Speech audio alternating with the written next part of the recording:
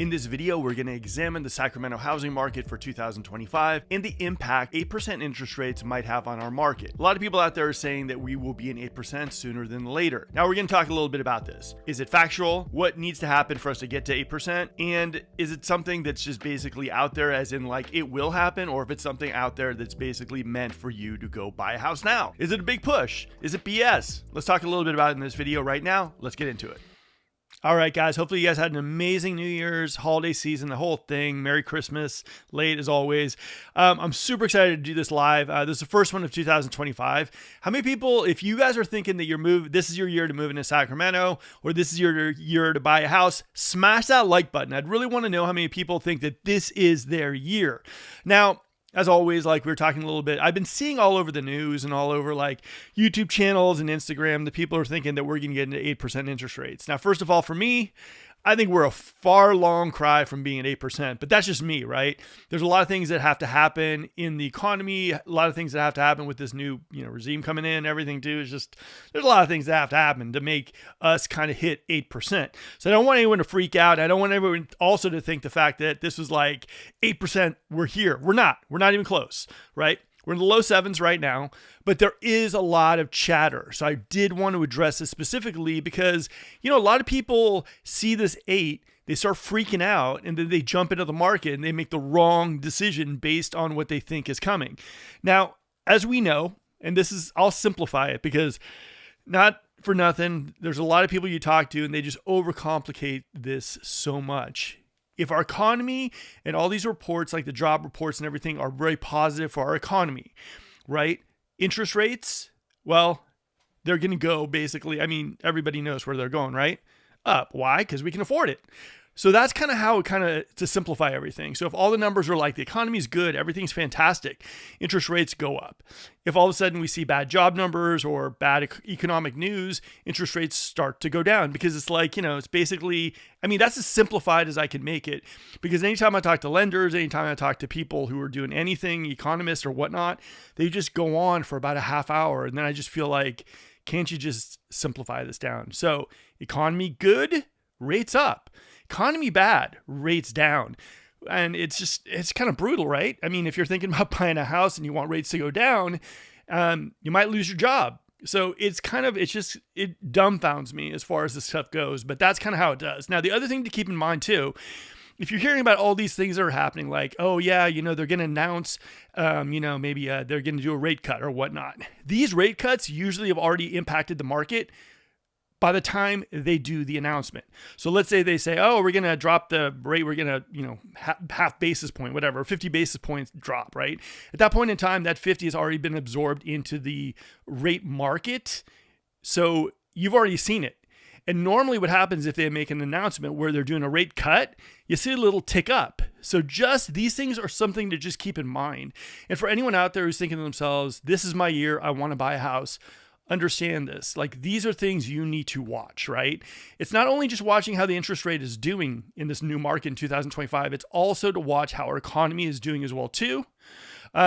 Because like I said, better economy, higher the rates. Worse the economy, lower the rates. And just so kind of keep that in mind right now. Now, as we saw in 2024, a lot of these reports were kind of like changing. The numbers would change, like unemployment numbers. It was like up, it was down, it was here, it was there. So just keep in mind that like rates are really driven by the most current numbers. Okay. So that's the stuff to just keep in mind. And if you're someone who's thinking about buying a house and you're saying to yourself, I don't know where rates are going, I'm seeing 8%. I'm seeing some people say we're going to go down to 5s. I don't know what's going on. No one really knows. It's basically, you got to follow the trail of how the economy is doing to see which direction rates are going. So, okay, we throw that away. Now let's get into the idea of what if rates get to 8%, which I think we're a long ways from that just yet. But like I said, I'm not going to speculate on where we're going. Now, if we hit an 8%, our entire market is going to be slow. I don't care if people have been waiting to buy, waiting to sell. 8% is going to set us into a tailspin. What we noticed in 2024 was when we went over 7%, it slowed down, completely slowed down. We're talking about sellers basically like didn't list as much. Buyers in the resale and new home didn't buy as much. Everything slowed down. When we went underneath sevens, all of a sudden we got like a lot more incentives going from the new homes because they wanted to kind of keep it going. So over sevens, in my opinion, is going to slow it down a little bit. Now, there's a lot of factors that come into play. One is sellers. A lot of sellers have been waiting for rates to drop to kind of put their houses on the market. I know tons of realtors right now that have listings that are ready to go right now. I've talked to at least 3 or 4 realtors and they're like, we got 4 listings coming to the end of January. We're good to go. So we are seeing a lot of people with this inventory. Now, I don't know how this inventory is going to do when it hits the market. I don't know what the pricing is going to be because pricing was one of the killers last year. As you saw, a lot of sellers are like, I got a 2.75. You get me $1 million for my house. It's worth $900,000. I will sell it. If not, I'm in no rush. Is 2025 the year that they're going to be in a rush? And if we get to 8%, they're definitely not going to have the demand that they would have at like a 6% interest rate. So it's going to be interesting to see how that reflects, because one of the things that didn't show up last year, 2024, was inventory. Our inventory was not great. And then towards like October started to kind of come back a little bit. And then all of a sudden, like, now it's kind of like anemic again. So if we get this surge end of January, beginning of February of all the inventory hitting the market, 2 things are to keep in mind. 1 is days on the market. 2 is pricing. How are these things priced? Is it like, you know what? I'm going to price it the same way I did last year. We repackaged it, new photos, and we're good to go. Or is there a little bit of a realism that the sellers are going to hit and say, look, I know I got 2.5. I want to sell this thing. Let's get going and let's make a move. So it's going to be interesting. And I think that's going to be apparent end of January and beginning of February to see what the inventory looks like, what things are listed like, days on market. All those things are going to be very, very important for us to gauge how our market in 2025 is going to do. Every market that I've seen, for the most part, if we have a winter season that like picks up sooner, it's really, really good. And then if we have a strong spring season, usually our spring season, if it's affected by like rates that are dropping a little bit, we're off and running. So it'll be interesting to see how that whole thing works. All right. Hi, what do you think of Oak Park and your UC Davis Health? Aggie Square development. Love that area. 2 things. One is the A's coming into town for 3 years. I think that whole downtown area is going to pop. Even though it's in West Sacramento, that downtown area is really, really nice. And I think Oak Park, I think Lane Park, I think East Sacramento, South Lane Park, undervalued. A lot of people are looking at Folsom, Rancho. They're looking at new homes for these incentives. And I think that area is really, really good. Now, Oak Park is a block-to-block place. So just make sure whoever you're working with can kind of analyze the area and see what other houses that have sold on that block look like. But yeah, I do like that development. Aggie Square, yeah, nice, new. Yeah, I like it. I think it's good. And like I said, for me, I think anything in the downtown area of Sacramento is going to pop when the A's come into town. Like the A's are going, and the X Games too. X Games are going to be at what's called Cal Expo for 3 years, and they might be here permanently. Then in West Sacramento, we have the A's coming in for 3 years too. So I think that like spotlight downtown is going to just thrive. So I'm looking forward to that area to just do really, really well. Like I said, if you saw my last video, my dark horse pick for 2024 is West Sacramento, or for 2025, sorry. I'll get those years confused until we get into 2025, and I apologize. 2025, dark horse pick, West Sacramento. That's where the A's are going to be playing. And I think that area is going to go crazy this year. So I can't wait for that. Hopefully that answered your question about Aggie Square, but I love that area. We're also going to be doing more videos on that area specifically. We're going to be talking about Elmhurst. We're going to be talking about East Sacramento, Land Park, and another area I love, Southland Park and Tahoe Park. Love that area. Okay, so the biggest thing for people to know right now is at this moment, we're not at 8%. We're not even close to that. We're hovering around the 7s, low, high 6s and everything too. If we get to 8, even if we get into 7s and we're at the 7.2, 7.3s, I think our market is going to stall a little bit. And I think we might have a slow start to 2025. So for me, I wouldn't worry too much. And hopefully, if you haven't seen the beginning of the video, you're going to know exactly how to identify if we're headed towards 8s. Because the economy is going to do great and everyone's going to be able to have lots of money to buy houses. Now, like I said, the economy we're getting the reports and they're legit and showing the economy hurting a little bit. Rates are going to kind of like probably settle in. So that's what to watch for. Now let's see some nice slides and we'll get on with the show. All right, guys, if you haven't liked, subscribed, or whatnot, please do. It would mean a lot to me and the YouTube algorithm. And also, thank you guys for tuning in, making this show amazing. Honestly, hopefully you guys had an amazing 2024. I'll try to my best to help you guys have a great 2025 when it comes to informing you about the Sacramento real estate market. So there we go. All right. Fannie Mae rates will average 6.4 in 2025, 6.1 in 2026. Now, this is kind of interesting to me. So we're having a lot of people saying that we're in 8s, but then again, Fannie Mae comes in and says we're going to be a little bit lower than we were in 2024, MBA 2025. Everyone that I'm looking at right now on this chart, for the most part, and these are like the spots to look at for rates, are saying that we might have lower rates in this year than we had in 2024. So this is kind of interesting to me. And I think this kind of tells me a whole lot more than a lot of people with YouTube channels that are predicting where they're 8%. So I like this. And this is something that I kind of take a mental note of. This is what people who are like, as right on as you can be right on, the people that collect the data, right? And so you see like Realtor.com and you see like the National Association of Realtors. Realtor.com is nice, okay? I'll tell you why. Because it gathers so much data that all that data can kind of estimate exactly how many people are buying and selling and the price points in the area. So I do like what they're saying about a 6.3. What do you guys think? Rates going up or rates going down? I think we're going to be in the 6s for a while. I think 7s maybe for a couple more weeks, but I think we're going to drop into the 6s. What do you guys think? All right. According to Fannie Mae, mortgage rates could move towards above 8% in 2000. Okay, according to Mortgage News Daily, mortgage rates could move towards above 8% in 2025 if the economy is strong. I.e., if the economy is doing fantastic, job numbers are fantastic, we could move into 8%. Now, for me, I'm not thinking the economy is doing that hot. So I'm kind of leaning more towards like Fannie Mae and everything, where I think rates are going to be dipping into the 6s. Now, this is interesting. This is mortgage rates since 2020. Check this out. Look how nuts that is. So we are here. Boom. And this is the years of the 2.75s. I mean, Aaron got a 2.25 on a VA. And during this time, it was funny because we were doing a lot of YouTube videos as well too. And there's so many people that popped on this channel and they were telling us, guess what's going to happen? Prices are going to drop. The market's going to crash. And what ended up happening is people who ended up buying with the 2s and the 3s and the 4s, they didn't realize that it was artificially being held down. They got a great interest rate. And now, because of this right here, is the reason why our market is stalled. Because we have so many sellers right now that are sitting on 2.75s and they're just sitting there and they don't want to jump into this market. And that's what's killing our resale inventory, especially in the Sacramento area. So this is kind of where we're at. And this is kind of one of those things that it should never have gotten this low, but it did. And a lot of people took advantage of it. And a lot of people are staying in their homes.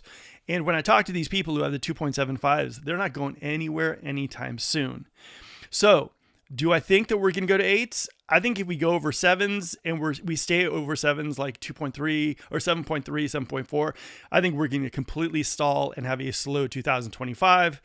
I think if anything, we need rates to kind of go into low 6s to kind of get the market going, get a lot of resale going on the internet, get on the market, and get a lot of people, sellers excited to sell again.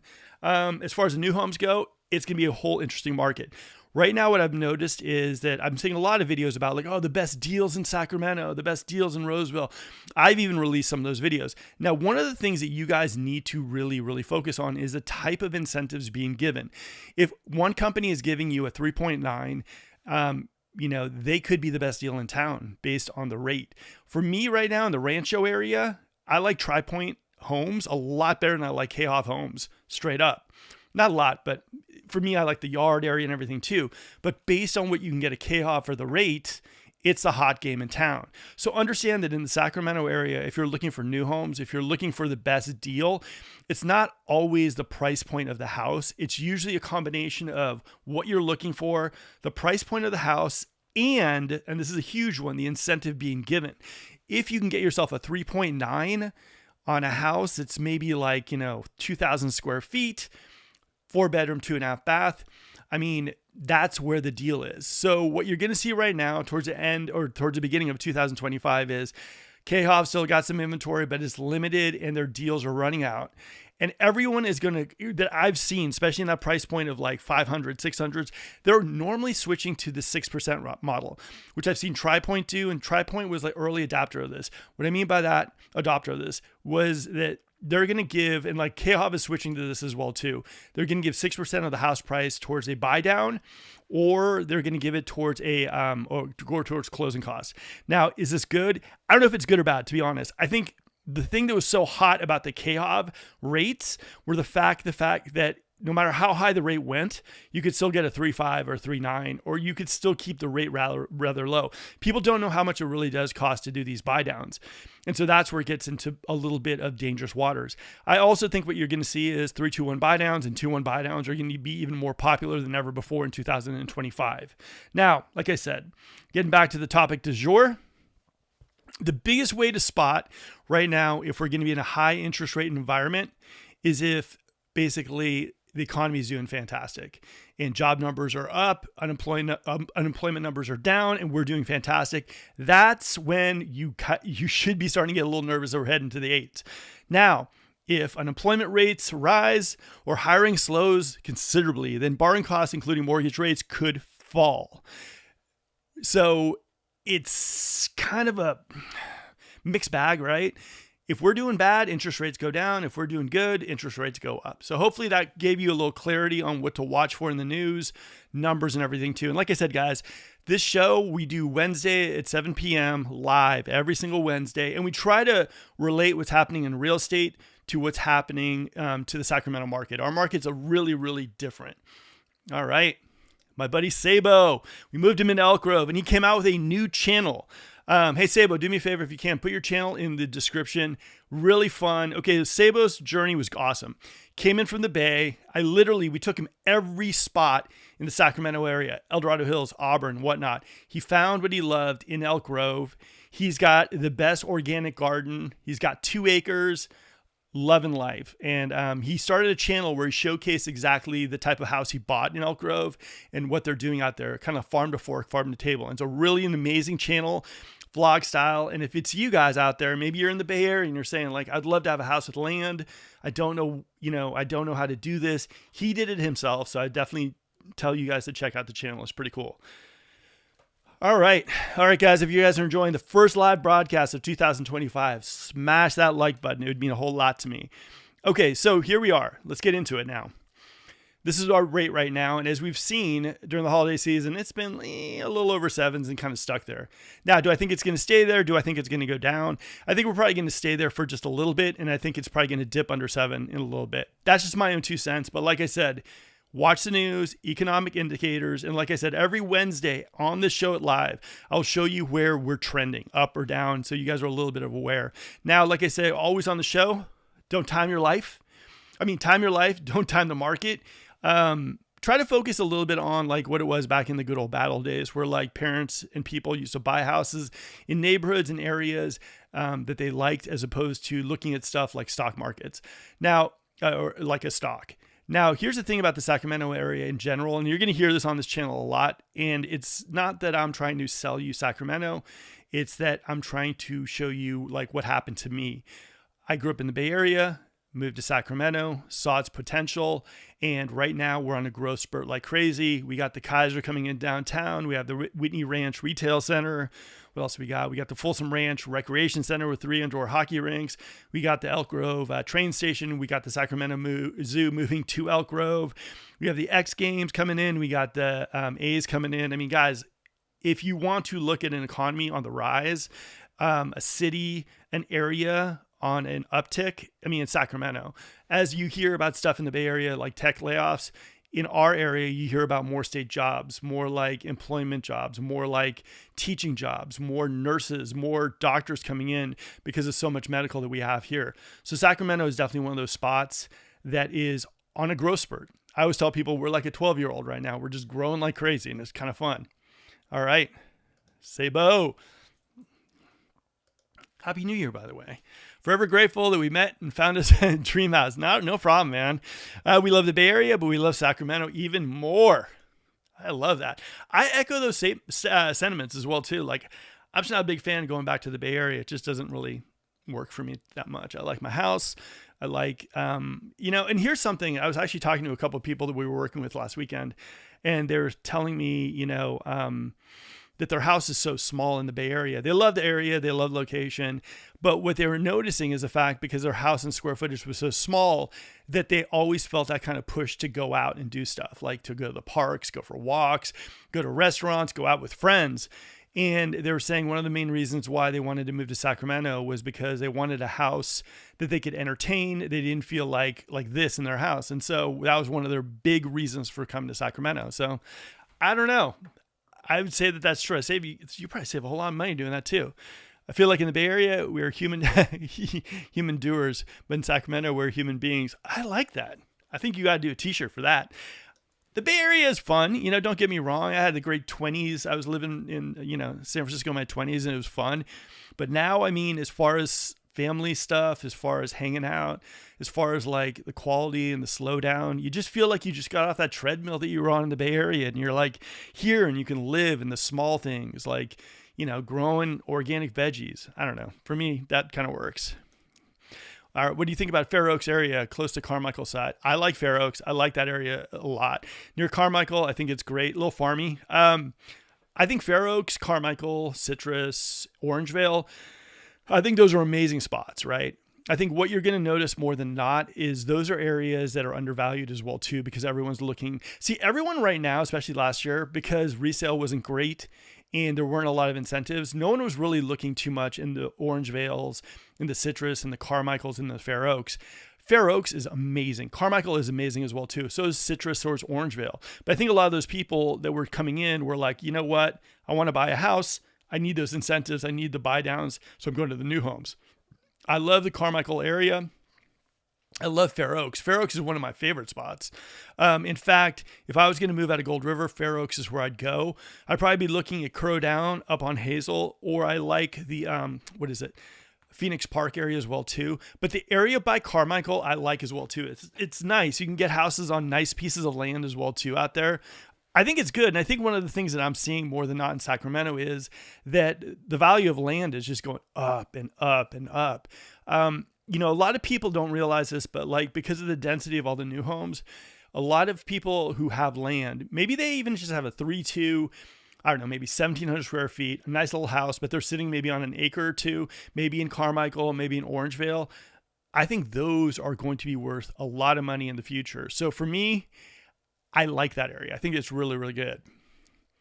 Talking near Madison. And, oh, yeah. Yeah. Let's go in there. Let's see here. I'm going to pull up the map for a second.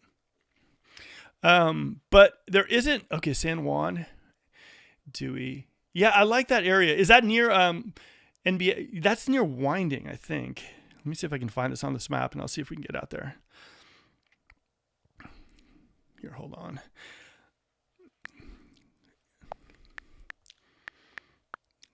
All right, we're going to head into Fair Oaks right now, and hopefully you guys are enjoying this broadcast too.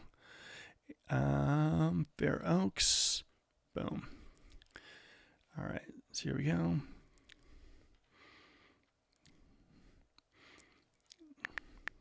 All right, so I'm going to pop it in right here. Sorry about that. I wasn't ready for this, but I want to be a little bit more. All right, Dewey Drive, Fair Oaks, boom.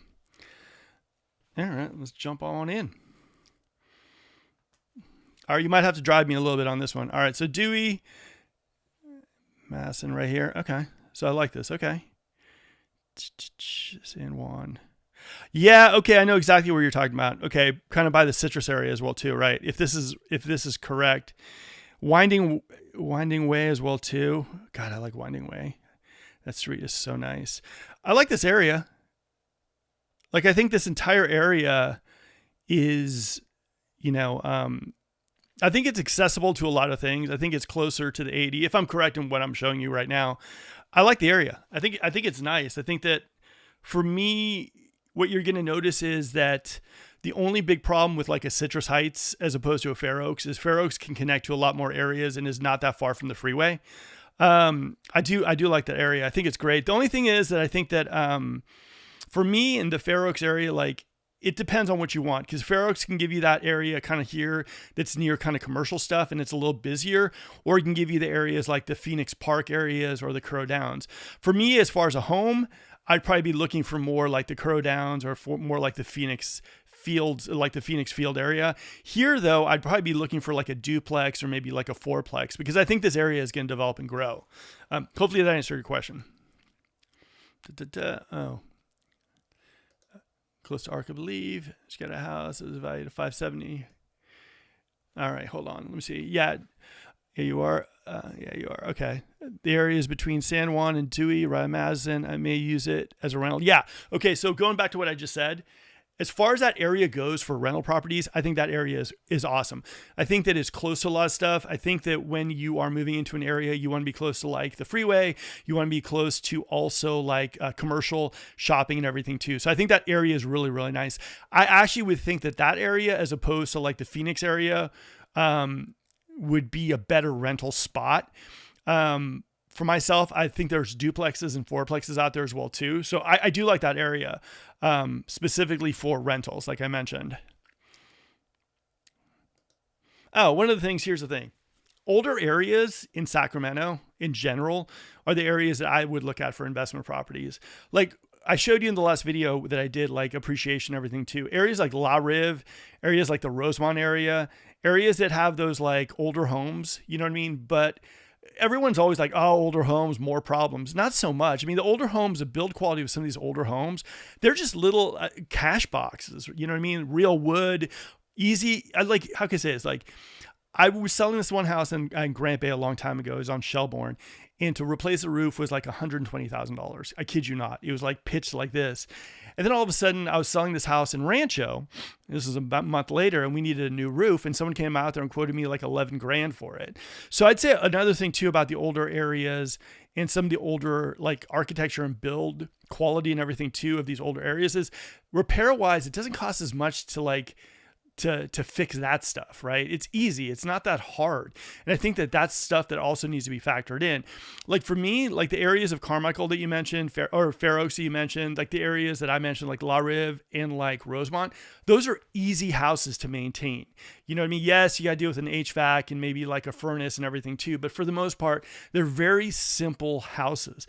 And I think as far as coming from an investor standpoint, or even a person looking for their first home, I think it's easier to swallow like someone having to like replace a roof for $11K, although $11K isn't cheap, as opposed to like $120K. So for me, I do like areas like this, and I prefer the older because I just see that as being not as expensive to maintain as the newer stuff. And that's just me. Like I said, I know a lot of people might counter that and say, oh, you know, the newer stuff, it's like, you know, more efficient, all this stuff. Yeah, I totally get it. But for me, if I'm not going to get brand new, or if I'm not going to get something that's maybe like 5 or 6, 7 years old, like I'd rather go for something that maybe is a little older, has a good HVAC on it, has a good roof on it, you know, and it's just not gonna be a pain in the butt to maintain. So that's just me and my 2 cents. Do you guys agree? What do you guys think of the older houses in Sacramento? Are you like me, where you like the fact that they're just simple, they're nice, they're turnkey, they're good to go and not expensive? Or would you guys rather go for those new homes where you're paying Mello-Roos? You're probably paying HOAs as well too. For me, like I said, I've called this for a long, long time. La Rive, Rosemont. There's certain areas in Fair Oaks as well too. In Citrus, I think you can get some amazing deals for investment properties there. They're going to be a little older, but older doesn't necessarily mean worse. That's my 2 cents on that. All right, let's get into some more stuff. All right. Ooh, all right, NBA. Been seeing the Anatolia area in West Roseville having tough times selling houses, lowering prices lately. Does this signal a big slowdown in Sacramento, or is it just winter slowdown? I think it's probably winter slowdown. I think that what you noticed last year, and this was just, you know, just the way I was looking at stuff, I think things were overpriced. I also think that when you're selling houses in a market like in Anatolia or West Roseville, where you're competing against new homes and those incentives, you're going to get beat up, you know, like nothing against anyone here. But if you bought a brand new home in like West Roseville and you're trying to sell it like, you know, a year later or 2 years later, you're going to have to compete against all these other new home developments. And with these incentives, it's just a tough thing to do. I mean, even if you have even if your backyard is landscaped, even if you updated your house and it looks amazing, maybe even you put in a pool. I mean, you walk over to let's say Tri Point, they're saying, hey, we'll give you like $35,000 to buy down your rate or towards closing costs. And everything you have in your home is basically brand new. It's hard.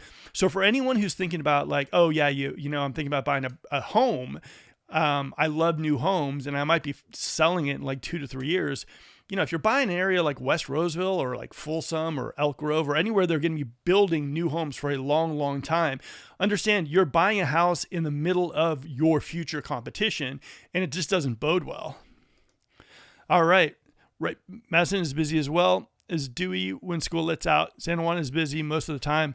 What do you think as far as here's the thing for me, school wise, I don't know if I'd really live near a school, just my own 2 cents. But as far as what I notice about rentals is when people come into town and they rent, they tend to want to be close to schools. What do you think, Ripe Yellow Bananas? Do you think that area would be good for a duplex or fourplex? How do you think rentals would do in that area? Because I think that area would be great for that. As far as living there, a permanent home, I think it would be a little busy. But that's just my 2 cents. But what do you think? All right. So here we go, guys. Winter slowdown. Here we go.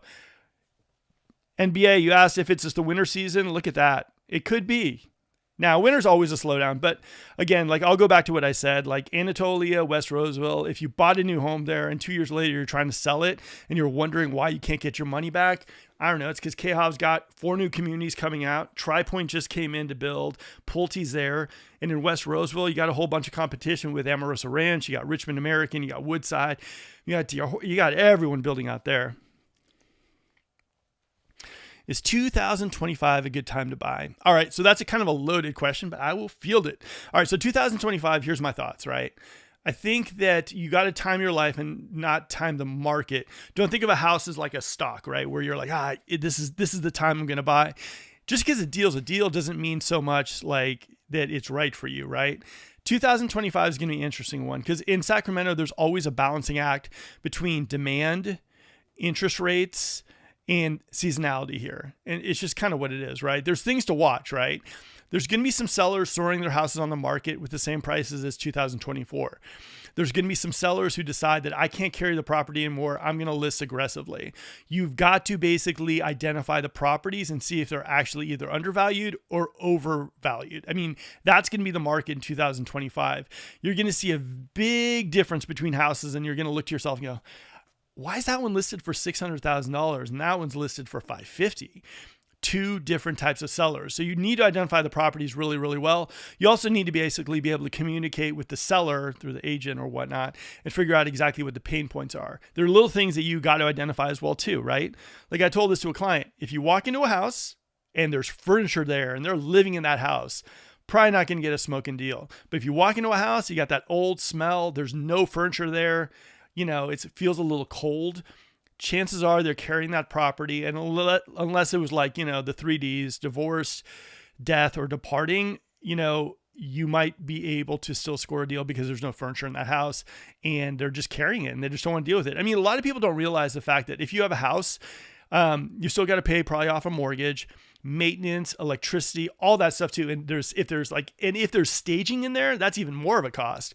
So these are little identifiers that when you walk into a house, you're going to know right away if it's hurting. Now, if your agent is good, they're going to be able to team up with a lender and figure out how much is left on the mortgage. They're going to be able to team up with a lender to figure out if the seller is still living there, if they bought it, all that stuff too. All those pain points, they're not the easiest thing to get, but if you do your due diligence, you can figure out if a property is ripe for the picking and for a low offer, or if it's a property that's completely overvalued and you just got to wait a little longer for the next property to come around. And maybe what you're going to see in 2025 is a majority of sellers are realistic. It's going to be the key thing about 2025. What sellers are we going to see? The sellers that want to sell their homes, or the sellers that are throwing their houses on the market with overinflated values? I don't know. It's going to be interesting. All right. Elk Grove, do you think prices will increase? Yes. Elk Grove is on a tear right now. Resale, I think there is going to be a little room for like an increase in prices in Elk Grove.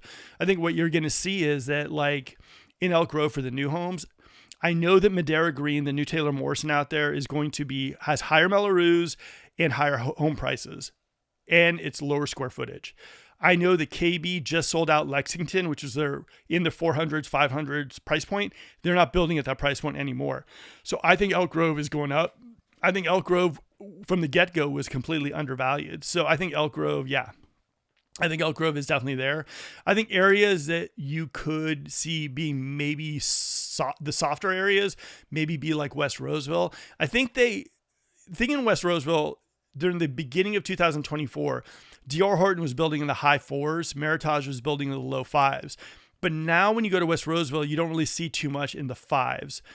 Beezer is, but it's a different school district. So I think that West Roseville could be a little soft, but other than that, there's not going to be a whole lot of soft in the entire Sacramento market, in my opinion. All right, here we go. Boom. All right, so we see here as we go, median list price is going up. So we could be seeing that type of seller come out, and median price of, I don't know. It's going to be a crazy market. All right, so let's get into some questions. If you guys have any questions about Sacramento, let me know. And I apologize if I'm talking a little fast. I've been super excited to get out here in front of you guys. My team specifically, we've been going crazy right now. Currently, we have about 12 listings that are all geared for the beginning of 2025. We also were working with clients, new home clients, and resale clients as well too. We're working on a few contingency offers as well too. So everything is kind of picking up and it shouldn't be. I guess that's the weirdest part about that is it shouldn't be. It should still be a little slow. Normally what you notice is that, or what I've noticed as I've been talking to realtors and lenders alike, everyone is feeling a little bit of a buzz right now in Sacramento's real estate market. Everyone's feeling that 2025 is going to be a crazy year. But at this point in time, with interest rates over 7, the level of inventory, incentives not really being as good as they were in November in the new home market, it shouldn't be this way, but it is. There is a little bit of a buzz out there. And like I said, I think that really has to do more with a lot of realtors that I know having pocket listings and listings that they're getting ready to throw on the market. But again, I'll tell you this, someone might have 10 listings ready to go, but if the pricing isn't there, they probably still are going to sit, because if we remain over 7, there is still going to be less demand hitting the market for these resale homes. It's going to be a very, very crazy market. So I don't know. It's going to be tuning into this channel. Could be the best thing if you're thinking about moving to Sacramento. All right. We're the average new construction cost per square foot, excluding land costs in Sacramento. Area, assuming that land needs minimum grading. Oh, okay, I like that. All right, so back in the day, I'd say you could get something built for maybe $250 to $350 a square foot. That's what I saw. I think that went up, actually. I think we're at I think if you're looking, it depends on what you're trying to build, right? I'd say if you're trying to build just something just not a whole lot of flash and everything too, I think you're still about $350 a square foot.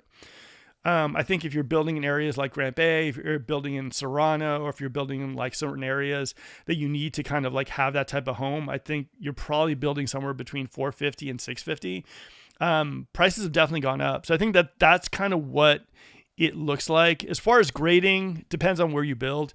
A lot of the Sacramento area, if you're going really extravagant, right? Let's say you're thinking about building a 5,000 square foot house. You want it to be, one of those $1 million luxury homes. The craziest part about that is the areas that you normally build those homes, there is going to be some grading required. I mean, if you build in Los Lagos, you have to deal with those boulders out there too. So there's a lot of kind of cutting out the land and everything too that needs to be factored in. But that's kind of what I've been seeing. If you guys are out there also looking for custom homes too, or if you're looking for land, or if you're looking for architects and everything too, I will tell you this, just make sure you reach out to someone reputable in that area. I've been seeing an overabundance of people saying that they could build homes, they can do this, they can do that. Just be very, very careful about that stuff. Now more than ever, you're seeing a big amount of people moving into that space. So just, be careful. All right. What's your take on the Antolia sewage plant? They've been talking about moving it for decades now. I still smell it from time to time. Can we assume it's going to be there for years and years? Okay, here's the thing that's crazy about that. I've been talking about that too, and I think it's like what was it called? Rendering plant. So yeah, I mean, honestly, the biggest thing I can tell you is that Braden project that's coming out? If you guys haven't seen the Braden project, it's basically like this kind of green living and all that stuff.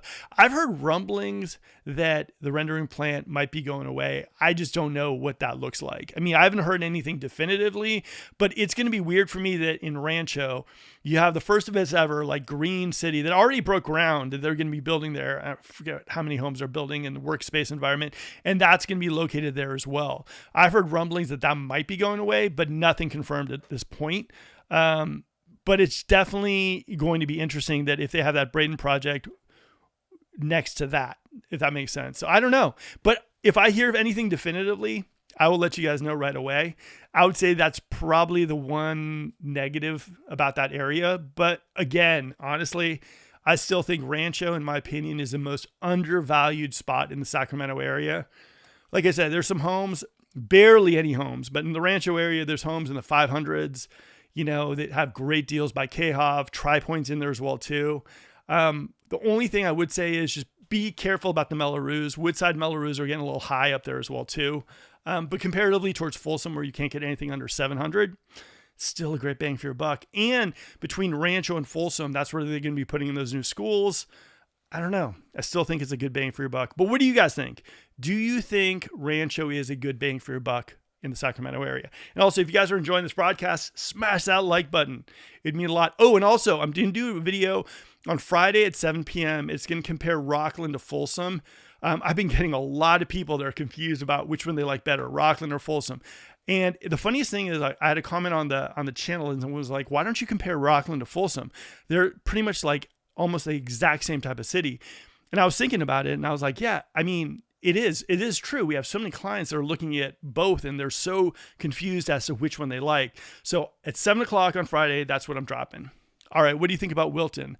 I like Wilton. I think areas like, outskirt areas like Wilton, Galt, Wheatland, I think that's going to be those areas. I think you can get homes. I think you can get a lot of land. Although I will tell you one thing about Wilton, it's not as easy as it was maybe 2 years ago, but I do like that area. I also like Galt. I mean, different areas, of course, but Galt is an area that for me, if I was looking at price point, if I wanted that small town vibe, Galt is probably the spot I'd be looking at. I think Galt was named the best small city or town or something in California. So Galt is another one to look at. But Wilton, if you can find what you're looking for, but Wilton isn't as easy as it was 2 years ago. A lot of people that I know have moved out there. A lot of people sold their homes in Sacramento and actually moved over to Wilton. So I don't know. Shayna, do you think these, okay. Do you think, first of all, Happy New Year. Do you think the 3-year Oakland A's will impact the real estate in West Sacramento and improvements in that area? 100%. West Sacramento is like my dark horse pick. I love the West Sacramento area. Delta breezes. Like West Sacramento is crazy, right? It's close to downtown, but not really close to downtown. Once they make additional ways to get into downtown from West Sac, it's going to blow up. The thing about West Sac too, for the last 3 years, they've been building these luxury houses kind of near the water. You got what's called the yacht club out there too. It's a beautiful spot. I think once the A's get out there, I think that it's going to bring a lot of attention. Now, here's the thing that's so funny. A lot of people are like, all these Oakland A's fans. I'm telling you guys, it's going to be all that entire league coming to see their teams versus the A's as well too. We're going to have such a microscope, such a spotlight on Sacramento.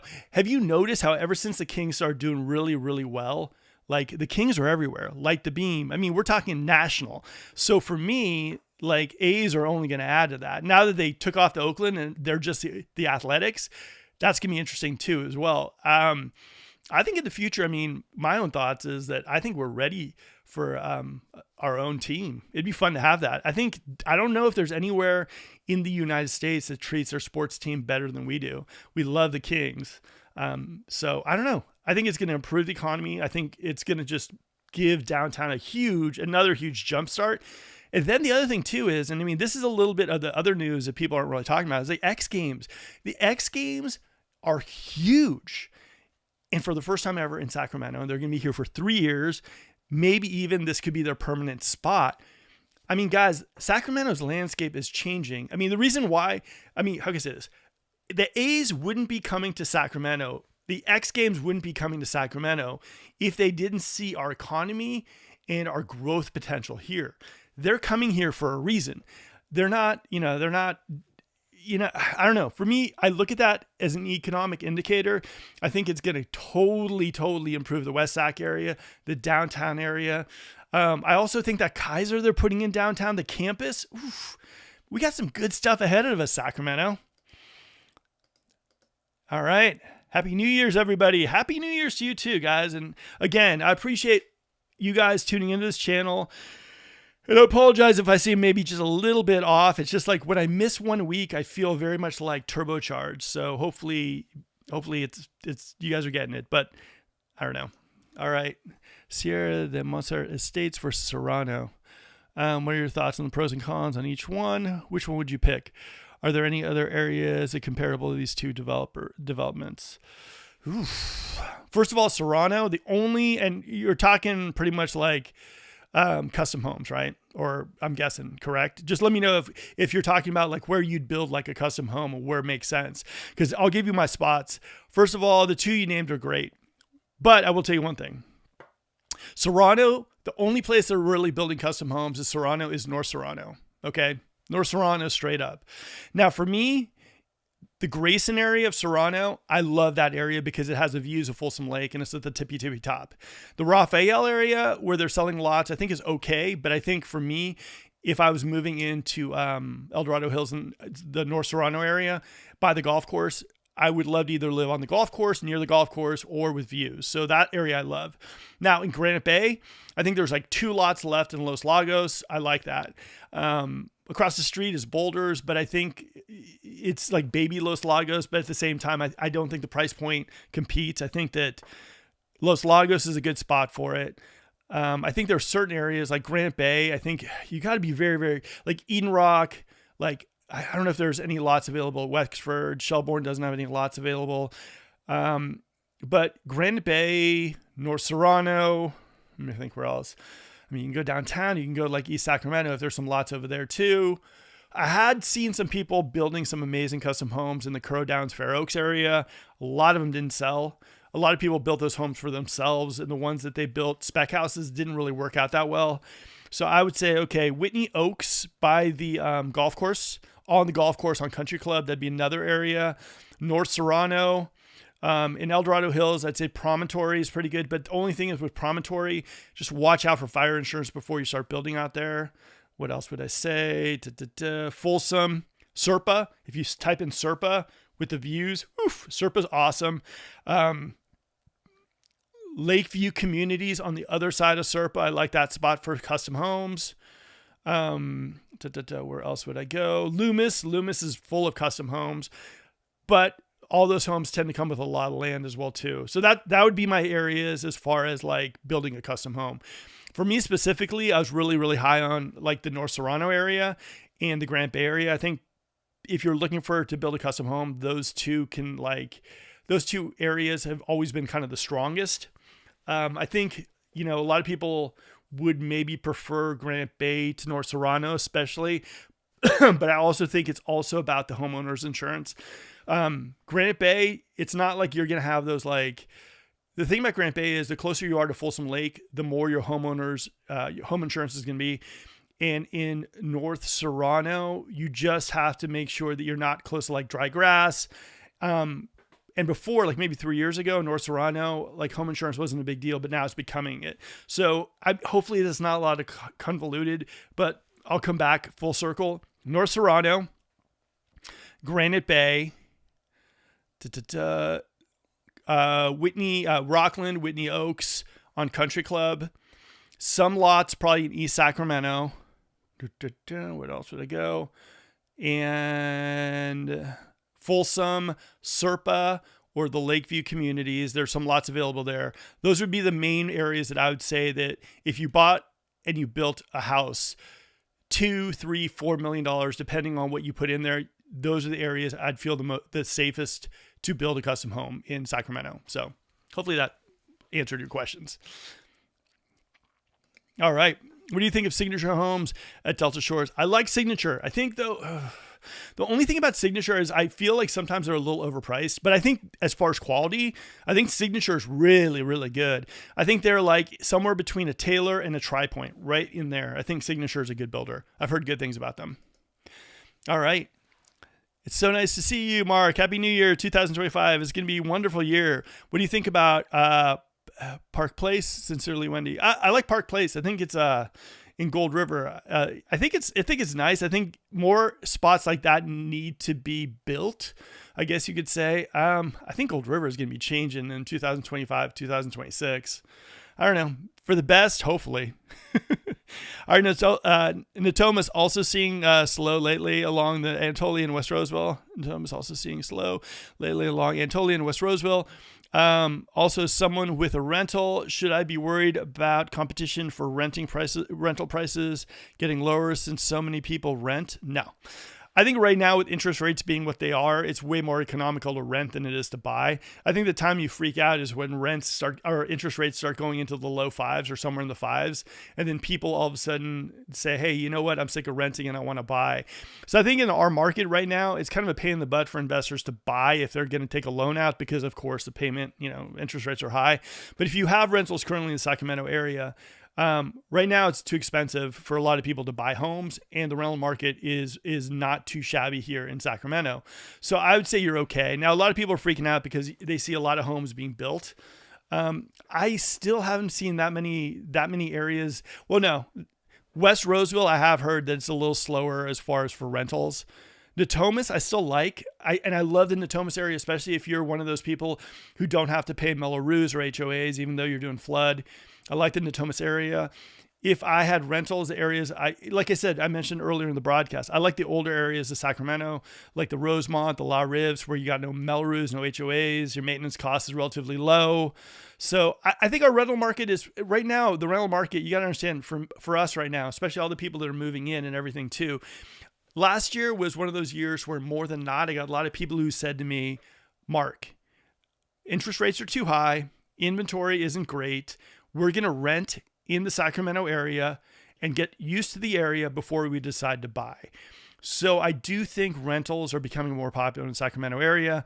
If I was someone who had a rental, I wouldn't be that worried.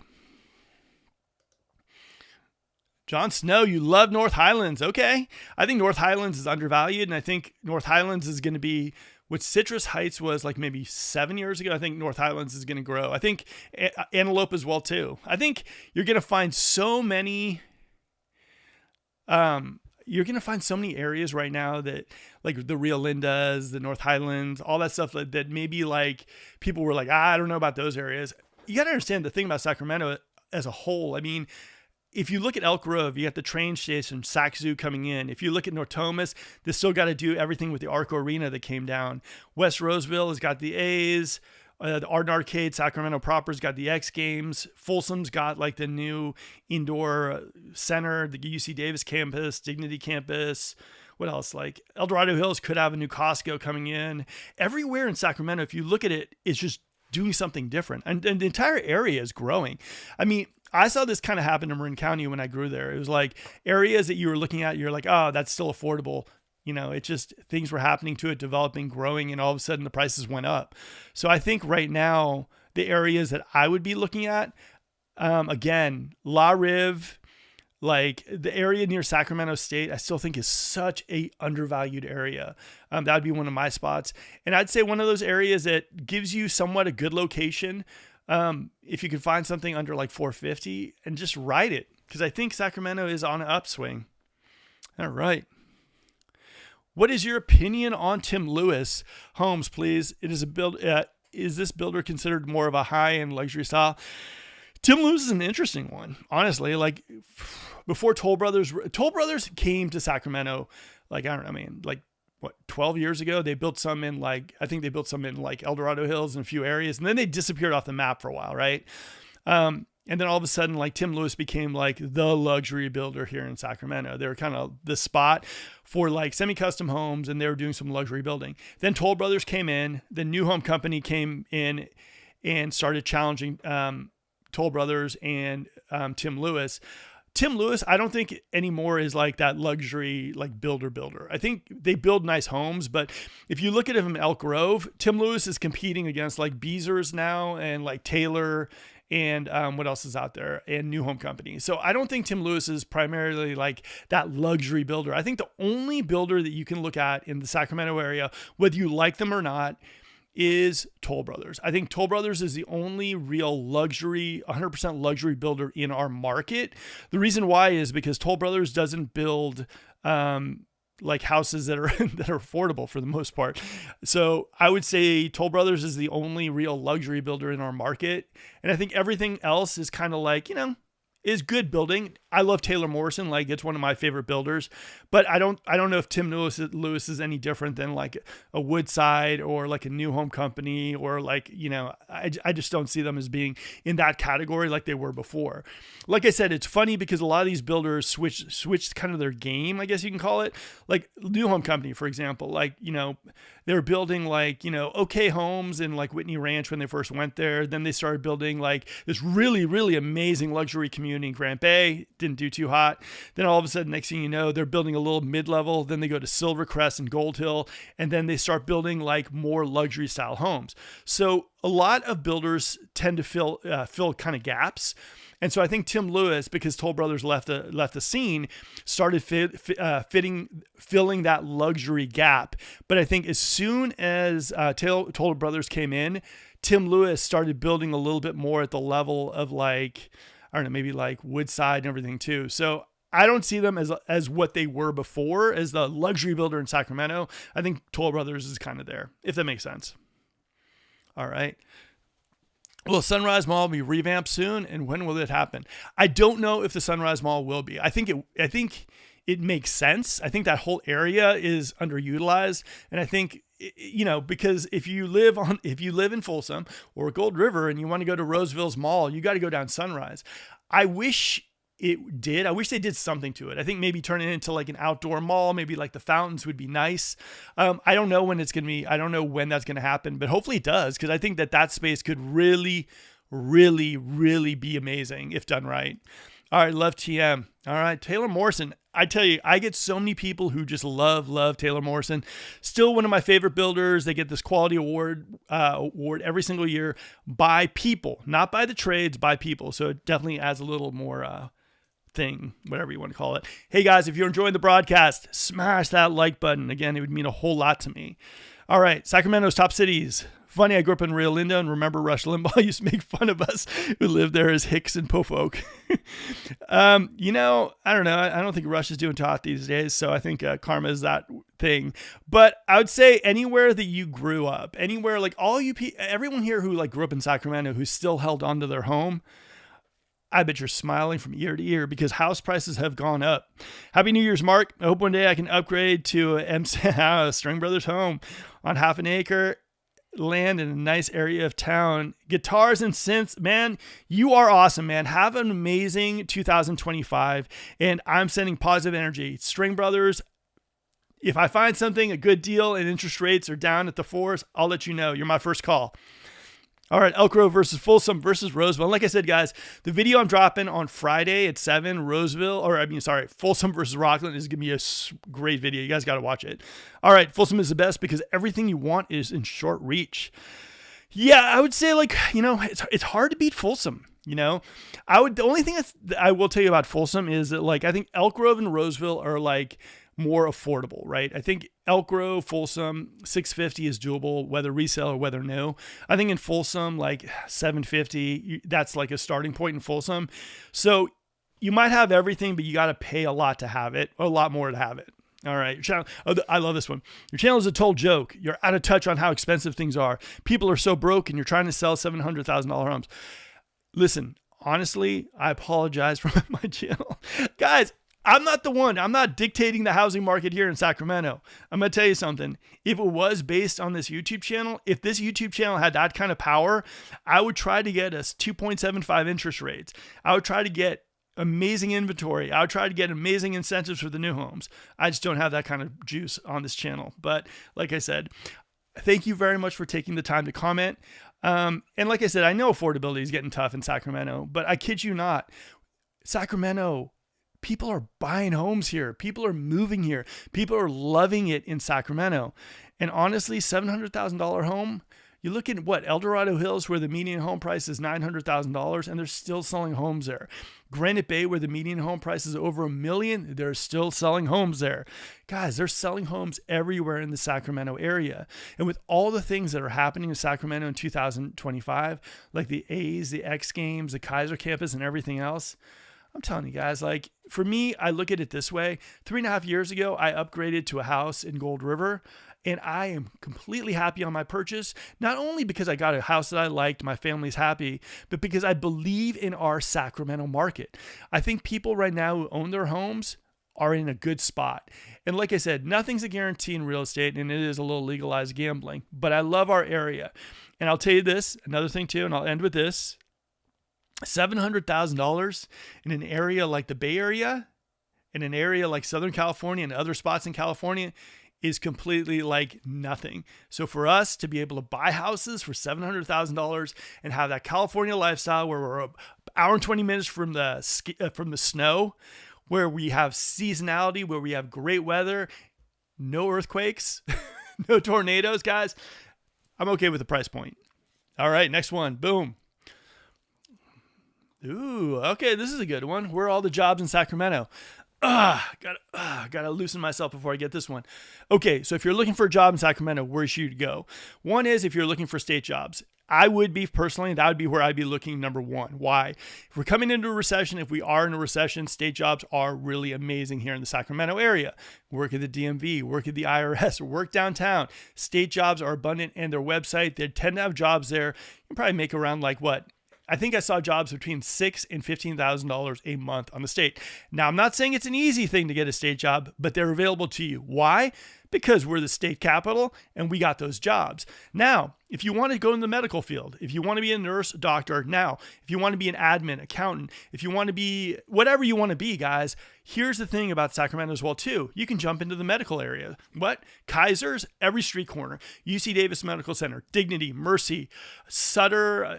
There's a bunch more that I mentioned. Medical is super strong here in Sacramento. Now, I know you might be thinking, UC Davis, it's only for doctors and nurses. Really? Admin staff, computer support, maintenance, everything, they have them as well too. Now, another thing too I talk about on this channel is tech. Intel, yeah, they left. Qualcomm, just saying. We got Oracle, we got Micron, we got Apple, we got Amazon. We got a lot of tech happening here in the Sacramento area. Not like the Bay Area, but we load balance. So if tech doesn't go bye-bye, if tech goes bye-bye or has a soft couple months, we are still fine. In fact, with all that stuff that happened with Intel, honestly, Sacramento didn't skip a beat. So that's another area you could look at. Now, the other thing too, as well for us, is teaching jobs, right? We have all these new schools popping up, and not just for teachers. We're talking about like computer programmers. We're talking about people who can like maintain stuff, building, whatever you need it, infrastructure jobs, they've got it as well over there too. Now, the other thing too, another thing that I mention all the time on this channel is new homes, right? New homes are big business here.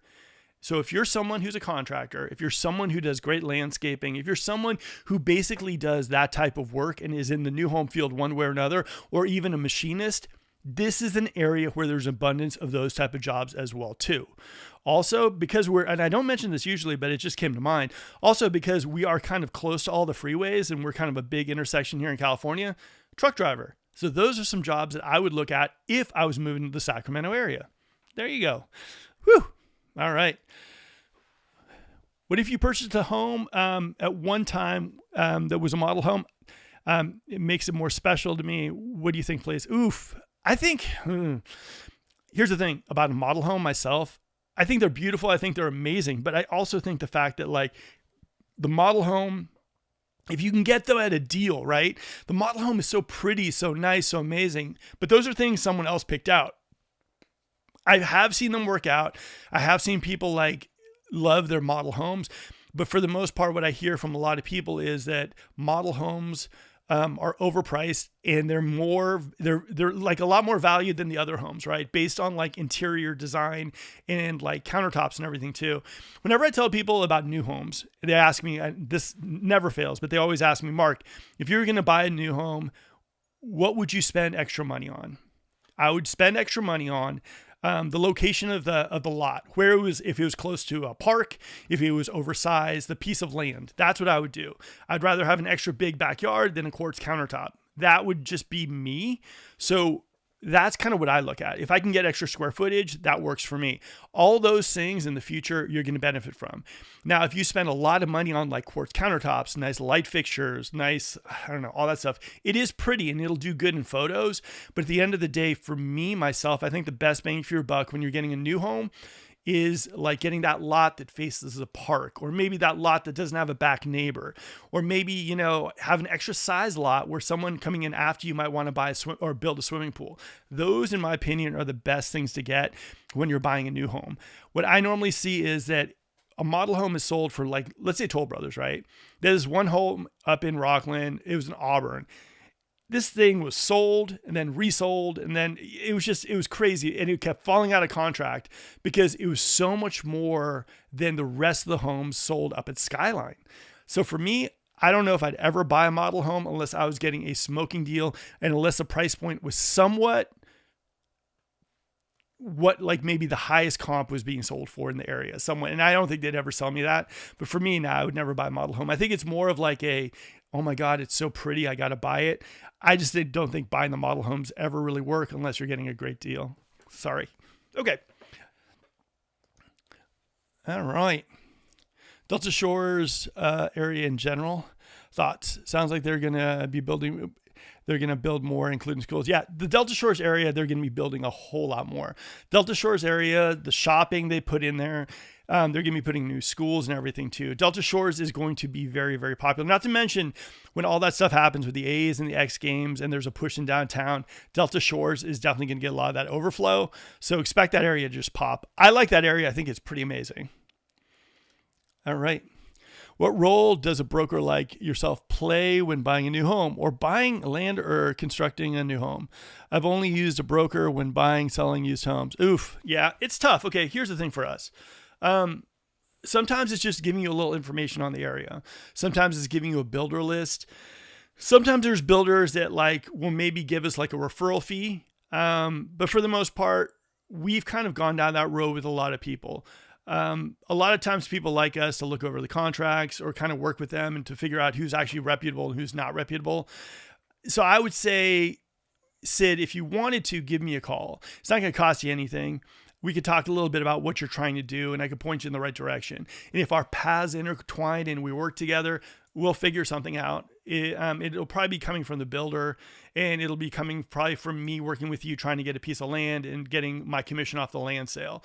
But it's nothing nefarious, I guess you could say. It's basically like that. Now, if you want to go about it yourself, I mean, you could definitely do it. I would say if you're going to go about it yourself, I would say go up to some of these homes that are being sold, right? Up in like Serrano or in Grant Bay. Take a look at some of these builders and just look at how long it's taken them to actually sell their homes.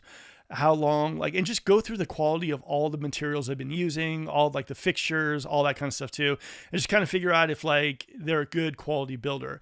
As far as land's easy. I mean, honestly, you can look at the comps of an area and see what land is selling for, price per square foot, all that kind of, or not price per piece of land and everything too. Like in Serrano, if you're looking in the Raphael area, you can probably get stuff if you negotiated around $450 for like a quarter, which is pretty good. I don't know, but here's the thing. I guess what I'm saying is like, I won't really know if I can help you until we talk. So reach out. All right. All right. NBA, do you think we can reach 5% interest rates in the next 2 years? Oof, that's tough. I mean, I don't know. I mean, honestly, I would, I don't even like throwing this stuff on this channel, but I'll say it. I just don't know. I don't know. I don't know what, when the political climate changes this year, I don't know how that's going to look. I think our economy is in worse shape than people give it. I think people assume our economy is doing fantastic based on interest rates, where I don't think we are. I think if we were at around like 5.5% interest rates with buying a home, I think we would be chugging along good. I don't know. I don't know. I hope so. Because I think if we have a 5, maybe not 5%, but like if we're at like 5.75, 5.8, I think around that is probably like the average interest rate that you see where things kind of get rocking in a market. Hope we're there. I think buyers have gotten beat up the last 3 years, and I'd love to see them get a little bit of a break. I would say maybe 5 years, and that's still with a lot of variables. All right. Thanks a million. I value your opinion, dear Mark. The back face federal land is a green belt. No neighbors in the back. Ooh, okay. All right. Okay. I like that. Look, here's the thing. The main thing with all that stuff is, Wendy, even if you're working with somebody else or you're just working with them, you are Gold River. So give me a call and I'll let you know exactly what they're trying to do, what they're trying to sell you. And I'll give you my own take on it as well too, free of charge, of course. But I just want to make sure that they're not selling you a model home that's completely overvalued. All right. Sid, thanks, Mark. I'll reach out shortly. No problem, Sid. We're really nice condos. Ooh, okay. So it depends, right? Condos to live.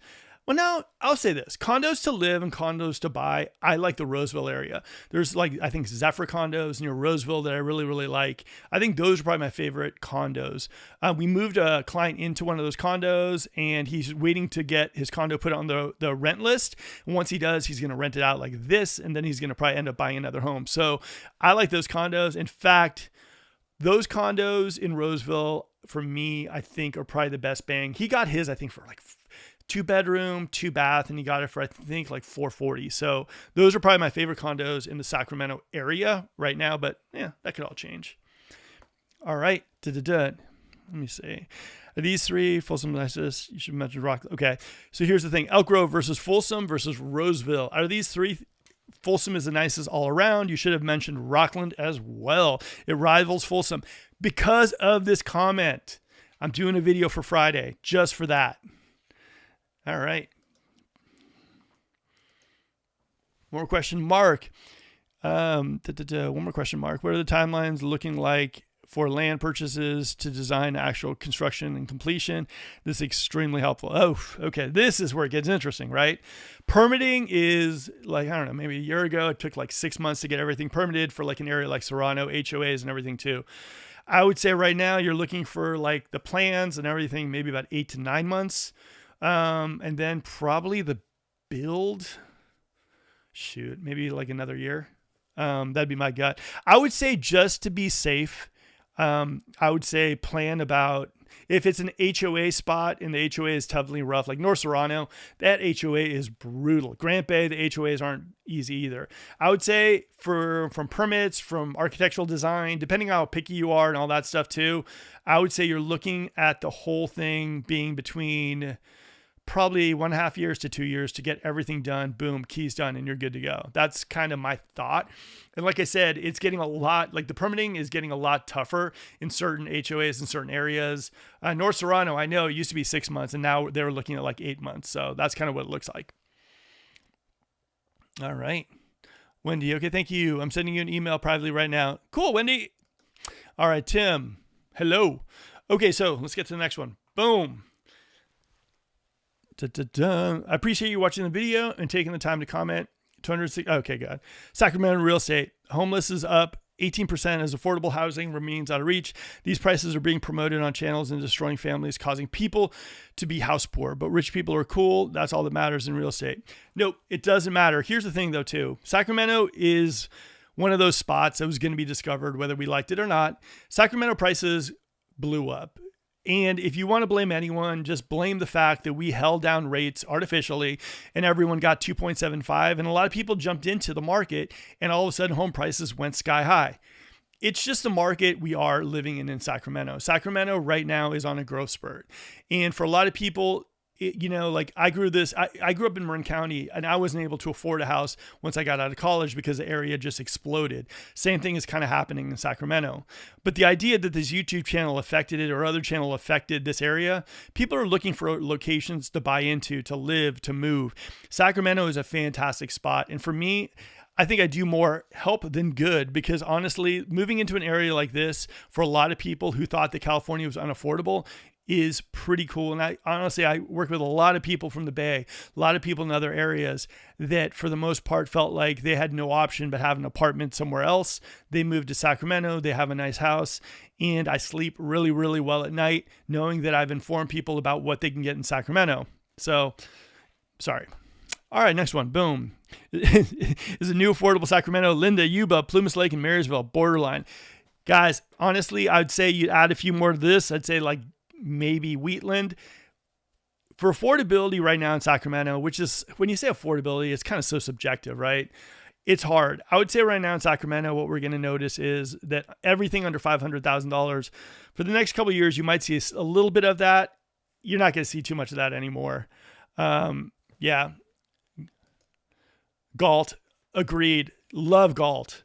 Yeah, Galt's another spot. I would say though, it's just hard. Like just like what you're saying. Oh my God, we're thinking the same thing. Yeah, it's hard. It's hard.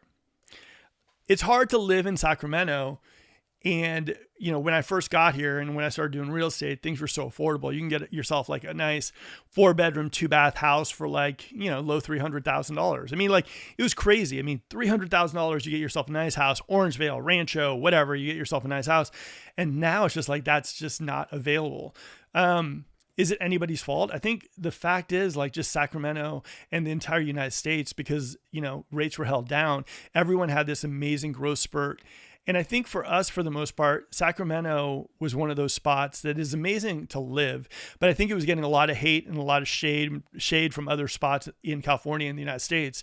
I think people came out here, kind of discovered Sacramento, and Sacramento is booming like crazy right now. And I think I look at all the growth, all the development, all these new home builders who are building here in Sacramento. It's not like they're just doing it randomly. They're looking at the future of Sacramento, the Tim Lewises, the Taylor Morrisons, the Lennar, the Woodside. I mean, we've got like 15 new communities that I know of starting basically building next year. I mean, and it's just nuts.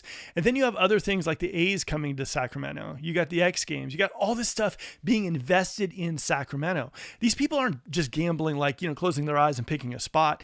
They see the growth potential in Sacramento. And I think in 2030, the landscape of Sacramento is going to be so drastically different. And I think, good for people who believed in Sacramento, good for people who love Sacramento like I do. I mean, I think Sacramento is going to be that spot that, for a long time to come, we're going to be smiling and saying like, all you guys out there were saying Sacramento was this. We told you it was amazing. And now the proof is in the pudding. So for me, I'm one of those. Love Sacramento. Wouldn't want to live anywhere else. So for me, I'm a big, big fan. Isn't there a zoo coming to Elk Grove? Yeah, I got a map where the zoo's going to be in Elk Grove. So keep watching and like the video if you could. All right, let's get into some more of that stuff. I'll get off my soapbox on how much I love Sacramento. All right. Or the new American dream, buying a Kia house, 1 hour major city in Japan, $5,000, remodel it, become a full-time travel YouTuber with Japan, Asia. There's new construction homes with 1 hour of Tokyo by train starting at $200K. It's a small, small world. Love Japan though. Okay, I'm originally from Houston and moved to Elk Grove in 2017. Bought a condo with my wife in 2020. In terms of Houston, you can get a 2K plus square foot house for, depending on the area, $350,000 to $400,000. Houston suburbs. Likely you'll have to get a flood and hurricane insurance since there are tropical storms with major flooding every year. Positives are world-class shopping. Gas is cheap. Land is cheap. Great nightlife near Galleria in Midtown. Also world-class dining, 13K restaurants from 70 countries, huge oil and gas industry, plus large medical centers. Downside, it's a red state. Certain religions dominate there and some indirect urban parts of Houston. Here's the thing for me, as far as I go, like I've lived in other parts of the United States. I've lived outside the United States, and there is something about California. There's something about California that I tell people this, and they're like, you shouldn't have to pay a premium for California. California, we have amazing weather. Like I go to Texas now and again. The humidity is brutal for me. Just not a big fan, right? And that's just my own personal opinion. I love the idea of living in California. I love the weather here. I love seeing the seasons change. I like Sacramento because I was in the 1989 earthquake in the Bay Area. I was in the Northridge earthquake when I went to school at UCLA. I didn't enjoy that. I like Sacramento. It works for me. Like, the price point also is something that I didn't even think that I could buy something in California with what I'm paying right now. And so for me, everything is there for me in Sacramento that I like. And I don't like the idea of leaving California. For me, the California lifestyle, like I said, just got myself a brand new snowboard for Christmas that I'll be heading up to Boreal probably in about a week. I love the lifestyle. Like I said, during the summertime, probably be on a friend of mine's boat because my wife doesn't let me buy one. It's a great lifestyle here in California. And do you have to pay a premium for it?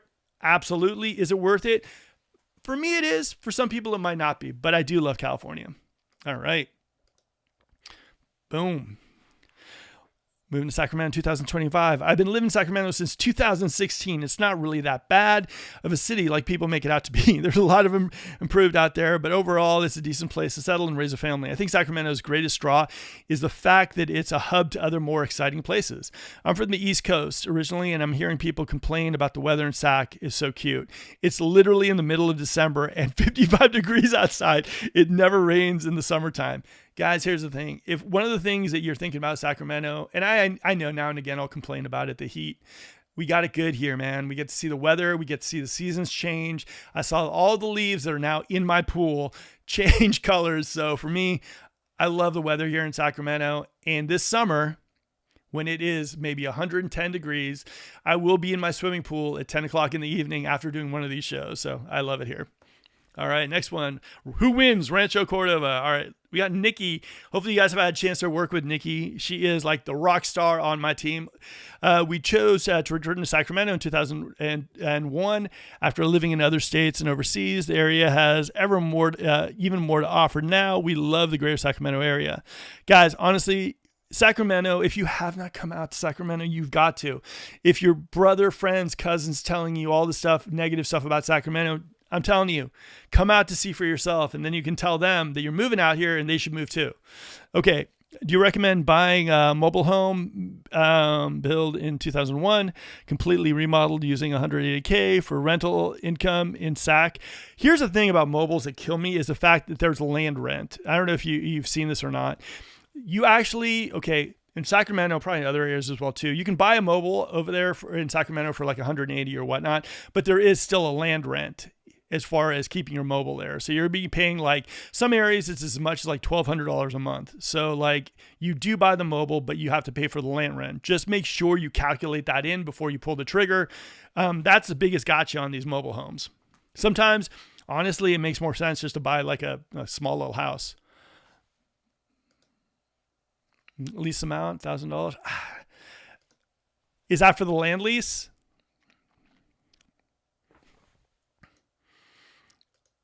WS, wow, you have a pool. Seriously, growing up, I grew up in the Bay Area. I grew up in Marin, and I always dreamed of having a pool, kind of, right? In the Bay Area, the funny thing is a lot of my friends had pools. I didn't grow up with a pool. But like, the thing about the pool is they didn't have heat. And so it was a freezing pool. It was never enjoyable. The thing about Sacramento right now is during summertime, like, your pool is like in the 80s and you can actually enjoy your pool. And me, I'm not one of those cold plunge people. So I really enjoy it. And another thing about the pool, I will tell you this, I never take it for granted. One of the things I will tell you straight up, and if maybe you guys don't know it, and maybe I shouldn't even say this stuff, but for me, I'm super grateful for everything that I've got as far as like pool, as far as making the move to Sacramento. Sometimes I think of my life, if I would have stayed in the Bay Area, I probably would have still been in an apartment, still hopefully maybe one day trying to afford a 1,200 square foot house. And honestly, like, I look at this and I smile to myself, and I think to myself also when I'm working with people that, you know, one of the things that I love the most is when people from other areas who come to Sacramento and they see their dream home and they realize that it's a fraction of the price that they'd be paying where they live, and the smile on their face. I kid you not. During the holiday season, I'll do a couple checks. My buddy Frank, who moved here from San Jose and moved up to Serrano, and I told him, I'm like, hey Frank, how do you love your house? And he's like, Mark, I love my house. Sabo, the same way. It's amazing when you work with people and they and you're able to help them get something that they never thought they'd be able to get. The quality of life is just great. And so for me, I'm grateful for that, and grateful for all the experiences on all the people that I meet along the way. Honestly, it's pretty awesome. All right, VW. Yes. I don't know. 1,000 seems a little steep as far as the land goes. I don't know. Do me a favor. Reach out to me offline. I might have some ideas for you where you can put that money to do a little better use. But feel free to reach out to me. We can talk maybe tomorrow. All right. I don't see myself living anywhere else. Me neither. And here's the thing for me. I will tell you this. I have lived in other areas. I've lived outside the country. I lived in Mexico for like 7 years doing photography. I lived in Arizona. I lived everywhere. And for the most part, one of the things about living outside of where you end up, like I'm not local to Sacramento. I didn't grow up here. For me, I can see it with outside eyes. And for a lot of people who grew up in Sacramento, they don't see how amazingly good they have it here. Like Sacramento is so like still undiscovered, still that spot where you can get some amazing stuff. And it's funny because I talk to a lot of people who come in from the Bay, and I'm like, you guys see what I found. This is just amazing. They come out, they see it, and next thing you know, they're hooked like I was. So now it's an amazing spot, guys. Sacramento, the Sacramento area. And like, the Carpenter said, we've only just begun. 2030, guys. Sacramento is going to be just crazy. And cannot wait. All right. Don't encourage more people to move here. The traffic, crime, just overcrowding everywhere. So many people from Bay Area and LA moved here when COVID hit. Probably told these families and friends to move here because the cost of living is cheaper. Not anymore. Born and raised Sacramento, from my house could see the Sierra Range. Now ugly trichomes. Ugh. I know. Look, here's the thing. I get it. But here's the thing that I look at in Sacramento. It's something that it's just an inevitability. Like one of the things too is I'm with you in the point of like, I wish they weren't building so many new homes. Okay. I know it's my business. I know I love moving people into new homes, but one of the things I will tell you straight up that bugs me is the fact that like, I look at somewhere like Folsom and there's so much new home development in Folsom, and we're losing a little bit of what Folsom was known for. So I do feel your pain. And honestly, like, I wish they weren't building so many new homes, and hopefully areas like Folsom, areas like Rockland, areas everywhere around Sacramento will protect more land, because I think one of the main reasons why, other than like it being more affordable to move here, I think one of the reasons why people actually made the move to Sacramento was because in the Sacramento area and the Folsoms and the Rocklands and the Grant Bays, we have some of the best scenery in all of Northern California. Just hopefully we can keep it that way. All right. Look forward to moving to Cali, hopefully in 2025. Hopefully 2025 will be that year. I believe as a nurse, California is a promising state to live and work. I'm thankful for the following employers. Guys, honestly, like California is like a lot of people are saying people are moving left and right out of California.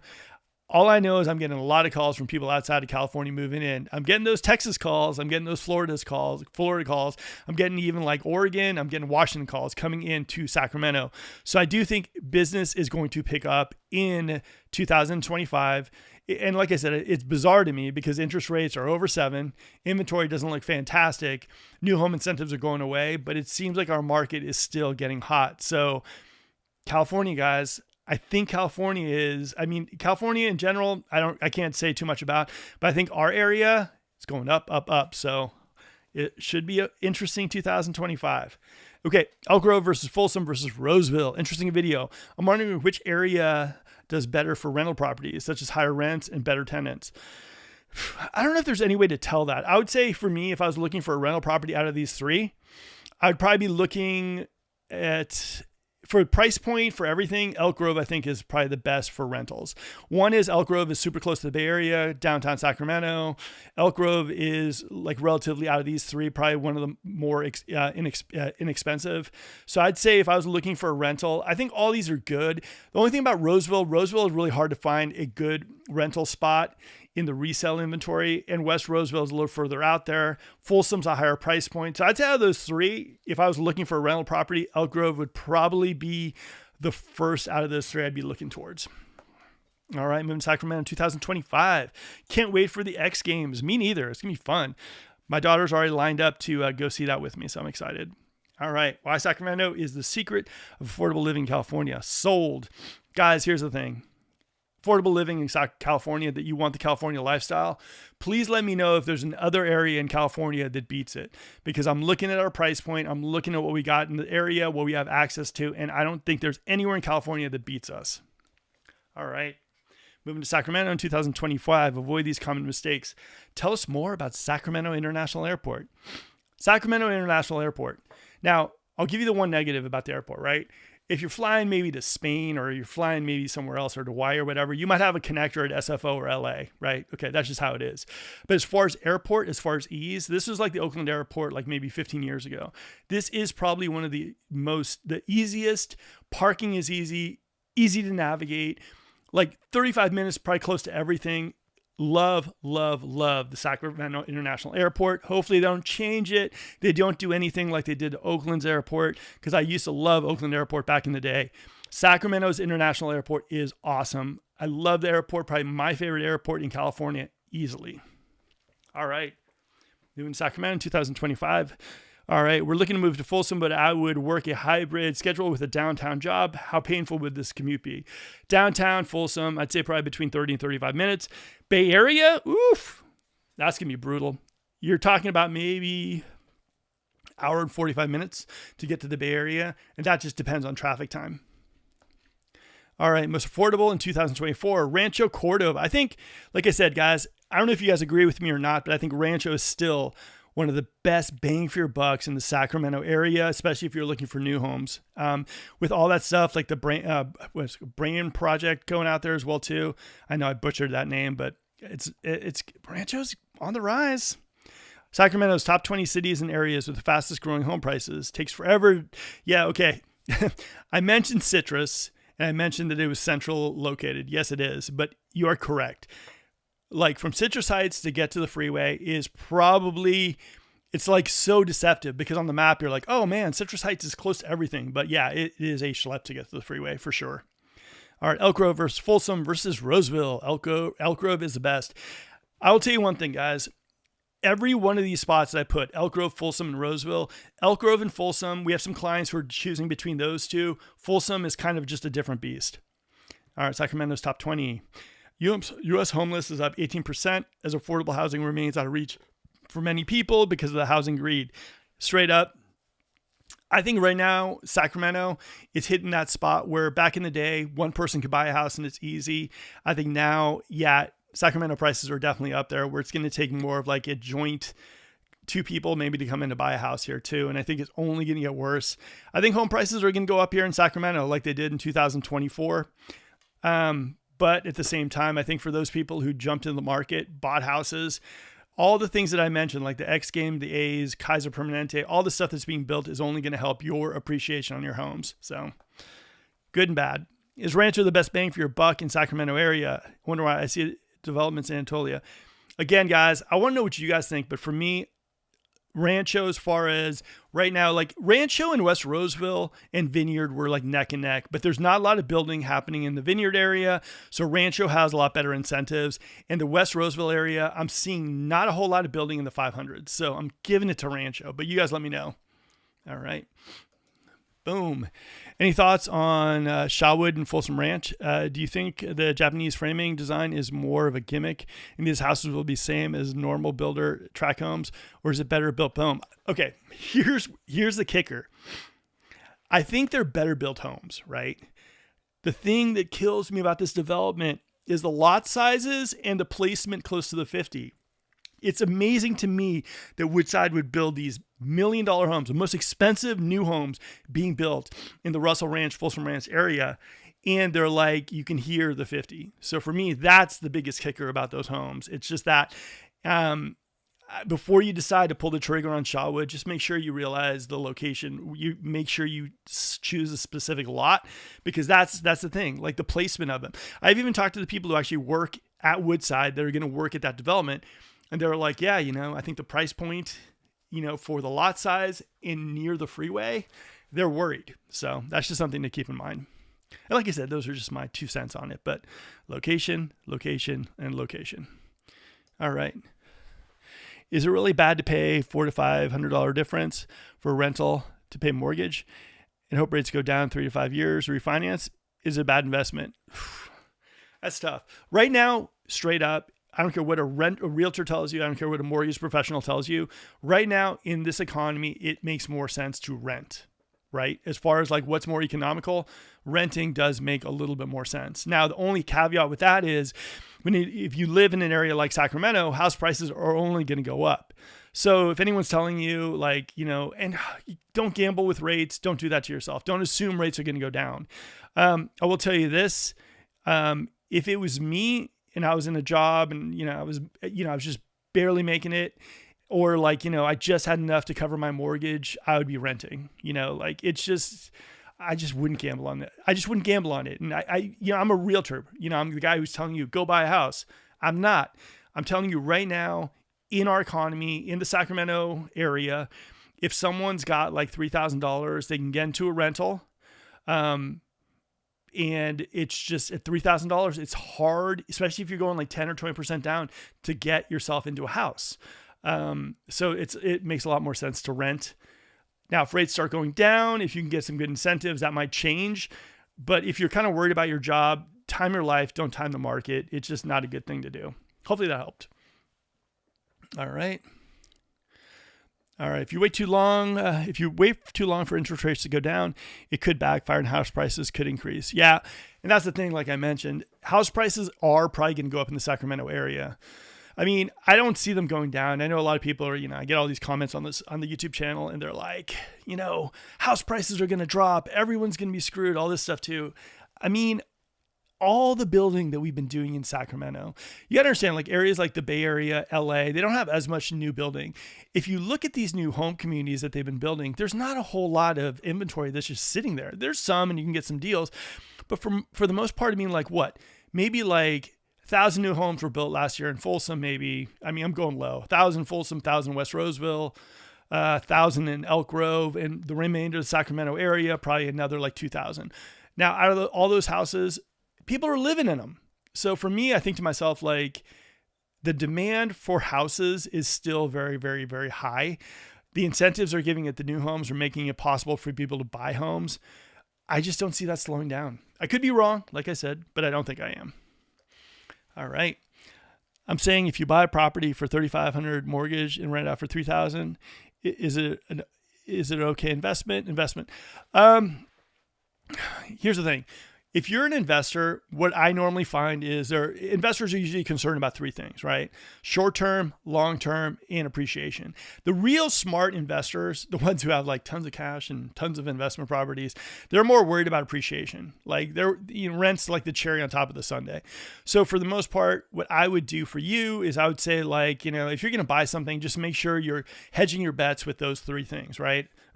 Buying in an area where you see future appreciation, buying in an area that has short-term rental possibilities like, traveling nurses, whatever, and then have an area that's also community friendly. So you're kind of focusing more a little bit on the long-term rentals. Now, as far as like the investment, that's kind of up to you. Like I said, like for me, I like the idea. It just depends. It depends on how much money you have every single month. If like you're telling me, hey, I got $5,000 every single month and I'm going to buy this house, and I'm going to, like cross my fingers, get that renter in, everything's good, it's still a little risky, NBA, do me a favor, hit me offline and I will connect you with Matt Barba. He's a lender that I use for specifically investments. He will give you a Excel spreadsheet on how to calculate out exactly if it makes sense for you. And one of the things I love about Matt is he doesn't sell. He'll just tell you, he'll give you information, he'll run some numbers with you, and he'll tell you exactly if it makes sense or not. And that way you have something on paper, something tangible that you could look at and decide for yourself. Hopefully that helps. All right, let's get some more questions and then we're gone for the night. Where are we at? I knew this was going to be a long one. All right, Folsom Ranch is the Bay Area 2.0. Guys, it is so interesting. Folsom Ranch is becoming very, very much like this. Folsom Ranch is going to be kind of new Folsom probably by 2030. It's not slowing down though. I'm telling you, with like the Dignity campus, the the UC Davis campus being built out there, the indoor hockey rinks, all that stuff, the two new schools being out there, it's going to get even crazier out there. Now, the only caveat I would say, or the only thing to watch out for is hopefully they end up building more roads because you're going to see a big bottleneck on East Bidwell. So hopefully they deal with that.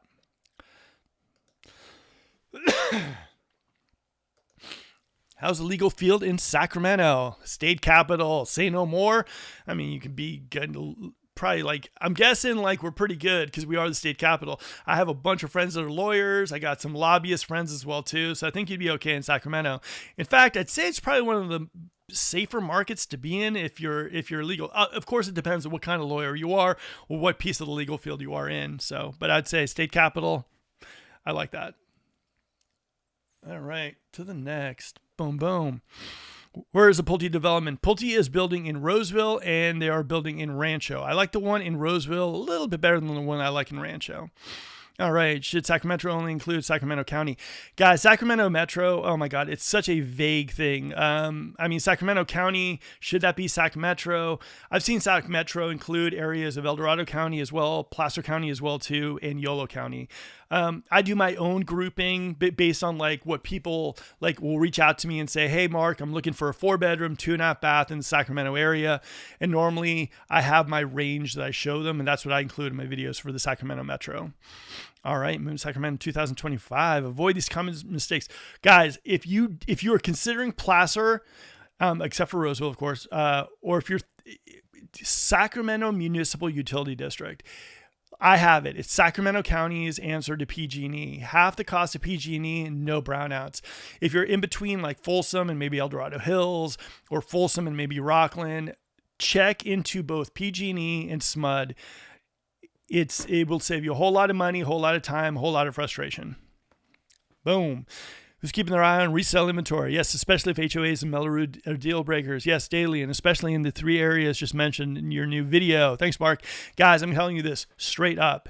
You probably will see a huge push in inventory towards the end of January, beginning of February. I know so many agents that have houses that are ready to hit the market. So get ready for a little bit of a rush of inventory end of January, beginning of February.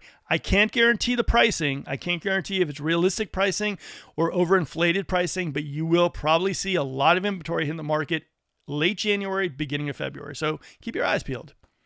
All right, next one. What a list. Sacramento's top 20 cities. Oh, guys, hopefully you guys enjoyed this video. This video I did, and it basically went over the top 20 areas based on appreciation, and we went into detail. This was a good one. All right, like your channel, very professional information. I'm surprised Natomas did not make the list. Natomas, I'm surprised too, but I think this year, basically based on like everything that's kind of happening near downtown, I'm seeing Natomas get on that list in 2025. All right, out showing homes, the best new home builder in the greater Sacramento area. I would say if you're looking for a luxury home, I'd say like, I don't know. I mean, okay, if you're looking for the best new home builder, it's a little bit like everybody always talks Taylor Morrison because Taylor Morrison year after year wins the award by people, not by the trade, not by anything else. They win the most legitimate award for builders. And so for me, when people ask me, I say go into the house and feel the house yourself. But if you're looking based on award, based on credible awards, I'd say Taylor Morrison. More things to do. Sorry. Roseville. Yep. Roseville, definitely. I'd say like Roseville has all the shopping, a lot of fun stuff to do. But I'd also say Folsom, based on this comment as well too. If you're an outdoor enthusiast, if you like biking, hiking, you want to get a boat, Folsom's pretty great too as well too. I think Folsom is a little bit more outdoorsy, where Roseville is a little bit more commercial and shoppy. Is Elk Grove, California worth the money? Where will the zoo be located and where will the rail line run through? You guys ready? Boom. South Elk Grove. Cameron Road. It's going to be where all the new home building, where the Lennar Community, Essentia Elements was. All that area where you get off the freeway at the end, South Elk Grove is going to be where it's all it's going to be. And here it is. Boom. Boom. Oh, man. And this is the zoo. All right. So this is going to be the zoo right here, guys. Hopefully this helps a little bit. 20 minutes from Sacramento, 6. It's going to be right here near the Sky River Casino as well, too. If you guys want to, I have these maps and everything, too, and all these plans I can show you guys, too. And this is going to be the zoo. Look at this thing. It's going to be monster. This is what they're building right now in Elk Grove. How many people are excited about the zoo? Like the video? How many people are scared they're going to smell elephants from their houses in Elk Grove? Smash the video as well, too. It's going to be a big thing. So just be prepared for it, guys. It is underway. Okay, so here is the train station in Elk Grove as well too. Boom. All right, here you go. Laguna and Dwight. That's exactly where the train station is. They're already building it. So if you guys are looking for the train station, that's where it's at. That's where it's at. Yeah, it's gonna be crazy. The zoo in Elk Grove. All right, let me see. Ooh, good point. I'm more worried about the traffic more than anything else than the rapid growth. Elk Grove is definitely. I mean, I'd be worried a little bit about the growth as well too. A lot of people that I work with also. I'm kind of a big fan of like the Laguna area because I do think the 757 is going to be like this rather soon. Yeah, that whole area is going to be built out. Elk Grove, I can't even imagine what Elk Grove is going to be like in 2030. Too excited for the zoo. Glad they got it off Landmark Drive. I'm sure you live on Landmark Drive, but yeah, no. So the zoo is coming into Elk Grove. And the train station. I mean, this is going to be a connector to the Bay Area. So all you people who might be thinking about moving to Elk Grove or live in Elk Grove and you want to go to the Bay Area one day a week or you have to, you got yourself a solution coming in 2025. Oh, I like that. Look at this. Elk Grove. Look at that. You didn't even get to the airport. Ah, look at that. Manteca, Modesto, Loda. Guys, it might take a little while to get to the Bay Area, but you got your connector. All right, let's get into some polls and we'll end for the night. Are 8% interest rates coming soon to 2025? Yes and no. I'm not thinking they will, but at the same time, I could be wrong. Hopefully they don't. All right, we're going to end it because the polls are too much, and I'll add them in. Hopefully you guys have enjoyed this session. I'm very happy to be back, too. I'm very happy to be doing these lives every Wednesday at 7 p.m. Hopefully you guys tune in to the next one. I'll see you guys here Wednesday at 7 p.m. I'll give you guys some information on what's going on with the market. I do think the end of January is going to be really, really active. Beginning of February is going to be active as well, too. I'm going to go out. My team is always out there. We'll be looking at the latest and greatest new home incentives as well too. Now tune in on Friday at 7 p.m. as I release this video. It's going to be good. I worked on it for like 2 days. Folsom versus Rockland. We bring in the maps and we give a whole lay of the land. Again, guys, hopefully you and your families have an amazing 2025. If there's anything myself and my team can do to make it even better, let us know. Until next video, guys, this is Mark. Like, comment, subscribe. See ya. Okay guys, hopefully you enjoyed this video on the Sacramento housing market for 2025 and the impact 8% interest rates might have on our market. If you enjoyed the video, please smash that like button. If you think I'm wrong or if you think everything we talked about is BS, let me know in the comments below. And if you have any further comments or questions, also put them below. We answer all comments and questions. Now guys, I have another playlist for you. It's right over there. Some of the top neighborhoods in the Sacramento area that you definitely need to know about. And if you're thinking about moving into the Sacramento area and you want some questions answered or you want to work with a team, guys, we'd love to be your team in the area, so reach out to us. Now, one more thing, if you're thinking about selling your home in the Sacramento area, don't settle for those stick the post in the ground type of realtors. Work with a team. They'll get more eyeballs, more people relocating in the area than any other team. That's our team. We'd love to work with you. Until next video, this is Mark. Have a good one.